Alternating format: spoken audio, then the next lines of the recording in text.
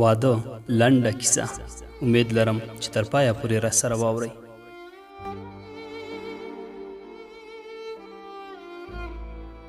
کال وروسته د هغې ایمیل ترلاسه کړ. په بیړه یې پرانیست. لیکلي وو: جاوید جانه سلام، زه ښار ته نشم راتلی. ښایي دا زما وروستی ایمیل وي. زموږ دا ډېره موده کیږي چې کډه مو خپل کلي ته تللې ده. رویبران مې زیات شوي، مالدار او ټوپکوال راپسې دي. یوه کورنۍ داسې هم پکې ده چې زوی یې بهر کې دی. ښایي هغه ته مې ورکړي.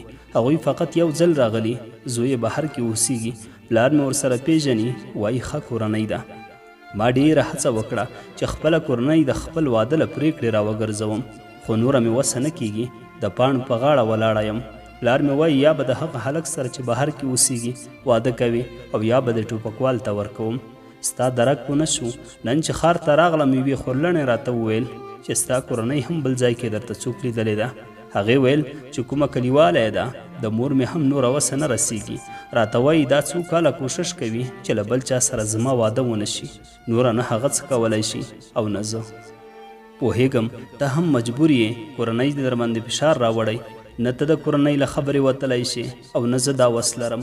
نو تا په خدای سپارم. خپله مینه د خپل زړه په هدیره کې ښخوم. کیدای شي کله کله یې زیارت وکړم.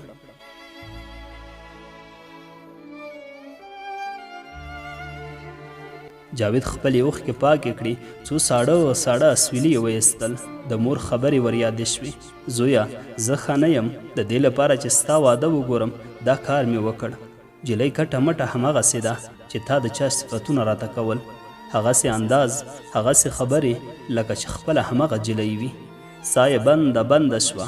ولاړ شو. د کړکۍ خواته ورغی. کړکۍ یې خلاصه کړه. له یوې کړکۍ یې سر بهر کړ. یو څه یې ساه دمه شوه. له څلورم پوړ نه یې لاندې پر سړک سترګې خښې کړې. خلک یوې بلې خواته روان وو. یوه جوړه یې ولیده چې لاس په لاره روان دي او سره خاندي. زړه یې بیا ونیول شو. کړکۍ یې بنده کړه. راغی پر خپلې بسترې پرېوت. څه سوچ ورغی. له ځانه سره لګیا شو. نه ورځم. پلمه ورته کوم. ورته وایم چې ډاکټران ویل د سرطان ناروغي لرم. واده نشم کولی.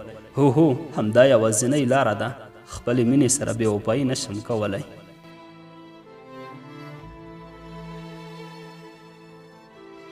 له دې سوچ سره یو دم په خوشحالۍ له ځایه راپاڅېد. د کړکۍ خواته لاړ. کړکۍ یې پرانیسته. سر یې بهر کړ. تر لرې یې وکتل خو هغه جوړه یې ونه لیده. بیرته د تخت خواته راغی. تخت ته نږدې د وړوکي میز پر سر د ټلیفون غوږۍ یې پورته کړه. سلام، احمده جاوید یم. وبخه چې زحمت درکوم. که کولی شي یو ځل کلي ته لاړ شه. پلار ته مې ووایه چې زه د سرطان ناروغي لرم. ډاکټرانو له واده منع کړی یم.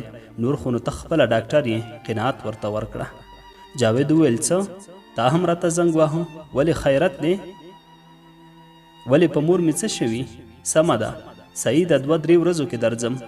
له الوتکې چې راښکته شو له ځانه سره وویل هسې نه د مور ناروغي وه پلمه وي. که داسې وي کاش چې احمد زما د ناروغۍ خبره ورسولې وي. هی افسوس، ولې مې ډاکټر احمد ته ونه ویل چې دا خبره دې زما تر راتګ نه مخکې زما پلار ته وکړي. هغه په همدې سوچونو کې و. له ترمینل نه راووت. د موټرو تمځای ته ورغی. یو سړی له سپین کورلا موټر نه راښکته شو او پر هغه یې غږ وکړ. جاویده. جاوید د احمد په لیدو د هغه په لور ورمنډه کړل. دواړو ښه شیبه یو بل کلک په غېږ کې ونیول. همدا چې موټر ته پورته شول جاوید وپوښتل یاره دا ووایه چې مور مې اوس څنګه ده؟ هغه زما د ناروغۍ خبره دې زما پلار ته وکړه او که نه؟ احمد ورته وویل مور دې یو څه ښه شوې. ستا د راتګ زیری ورته دوا شو. جاوید وویل ښه، او دا بله خبره؟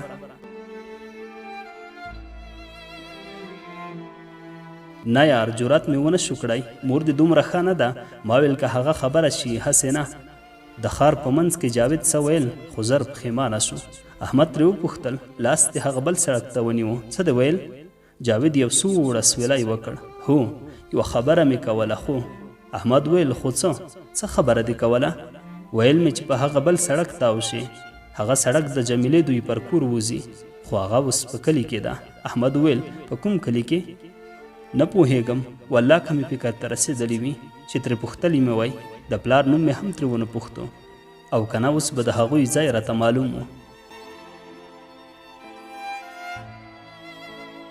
مازدیګر د جاوید دوی په کور کې اختر جوړ و، دیګونه باندې وو، ټول کلیوال د هغه لیدو ته راغلي وو، خو هغه به حویلی ته یو نیم ځل سر ورښکاره کوه. په کوټه کې مور له خپل څنګ لرې نه پرېښوده. ډوډۍ چې تیارېده مور یې له کوټې نه ووته، ور یې پورې کړ، دی هم ور ولاړ شو.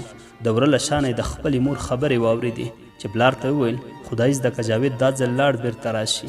همدا وخت دی حاجي ملګري دې هم هر څه در سره منلي دي. خلک خبر کړه. پلار یې د وره له شا پرې غږ وکړ، جاوید جانه زویه بهر راشه، له کلیوالو سره یوه خبره پخوو.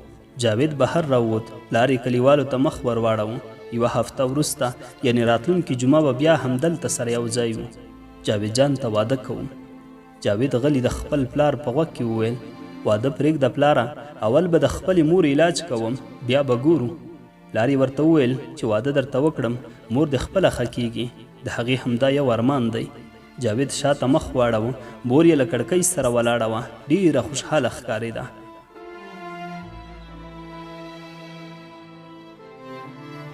هغه ډېره هڅه وکړه خپل پلار ته ووایي چې داسې یوه ناروغي لري چې واده کول ورته ښه نه دي، خو هر ځل چې به یې خوله جوړوله د مور زیړ رنګه و په مخ کې ننوتو سترګو ځوراوه. د جمعې په مازدیګر د نکاح پر وخت د جاوید ساه بنده کېده، خولې پرې راماتې وې، هېڅ شي او خبرې ته یې پام نه و. د نکاح له تړلو سره د زوم خپلو خپلوانو د ناوې ډولۍ ته اوږه ورکړه. په نیمه لاره کې جاوید له اس نه ښکته شو، سوچونو پسې واخیست. له ورا سره د راغلیو ښځو خبرې ور یادې شوې. هغوی څه ویل؟ جلۍ خوښه نه ده، داسې بې درېغې یې ژړل لکه چې دې واده ته یې په زوره غاړه ایښې وي. له ځانه یې وپوښتل ملا کوم نوم یاد کړ؟ ما څنګه د زړه له تله هر څه قبول کړل؟ دا په ما څه شوي وو؟ څنګه مې دومره په اسانه خپله مینه هیره کړه، خپله جمیله مې هیره کړه.